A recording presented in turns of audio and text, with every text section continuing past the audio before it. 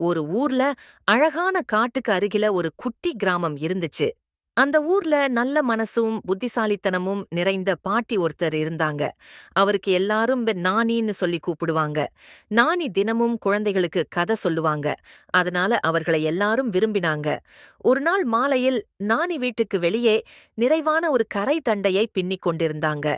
அப்போது ஒரு புத்திசாலி காகம் அவங்க வீட்டின் வேலிக்கு தலைமேலா வந்து அமர்ந்துச்சு. அந்த காகம் சாதாரண காகம் இல்லை. அது கரும் மின்னும் தோகையோடு கண்ணில் மிளிரும் புத்திசாலித்தனத்தோடு இருந்தது. "வணக்கம் நானி" அன்னு காகம் குருட்டு குரல் கேட்டுச்சு.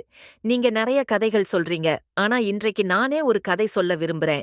குழந்தைகள் ஆச்சரியமா முகத்துல இருக்கு. ஒரு காகம் கதையா சொல்லப் போறது?"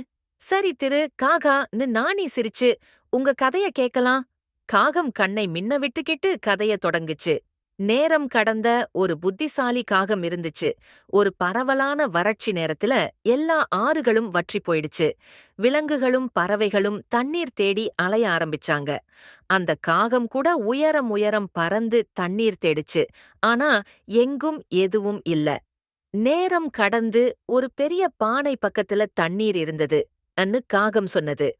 ஆனா பிரச்சனை என்னன்னா, அந்த தண்ணீர் பானையின் அடிப்பகுதியில மட்டும் இருந்துச்சு. என் அலகு அதை தொட முடியல. முதல்ல எனக்கு நிறைய ஏமாற்றம் ஆயிடுச்சு அன்னு காகம் சொன்னது. ஆனா அப்புறம் நான் யோசிக்க ஆரம்பிச்சேன். நான் குட்டி குட்டியா கற்களை பானையில போட்டேன். ஒவ்வொரு கல்லும் போட்டதுக்கு தண்ணீர் மேல மேல வந்துச்சு.